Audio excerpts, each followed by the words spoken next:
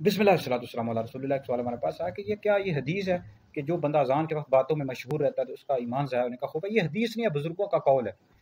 تو بہرحال اذان خاموشی سے سننی چاہیے، اور اذان کا جواب دینا مستحب ہے، نہیں ثواب ہے۔ ضرورت کے وقت بندہ اذان کے دوران بات چیت کر سکتا ہے، بغیر ضرورت کے باتیں نہیں کرنی چاہیے۔ ضرورت نہ ہو تو آپ توجہ سے خاموشی سے اذان سنیں اور اذان کا جواب دیں، جس طرح مؤذن کہتا جائے وہ الفاظ دہراتے جائیں۔ تو ضرورت ہو تو بات چیت کر سکتے ہیں۔ بہرحال یہ بزرگوں کا قول مقولہ ہے ڈرانے دھمکانے کے لیے، کہ جو لوگ جان بوجھ کر باتیں کرتے رہتے ہیں اذان کا تو وہ احترام نہیں کرتے، ان کا ایمان ضائع ہونے کا خوف ہے۔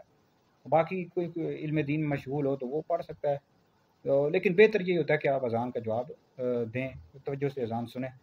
تو اس میں یہ ہے کہ ایک ہی اذان کا جواب دیں، ٹھیک ہے؟ آپ کہیں مساجد میں ایک اذان مسجد میں ہوئی، دوسری میں آپ سب کا دینا کوئی ضروری نہیں ہے، ایک ہی کا اذان مستحب ہے۔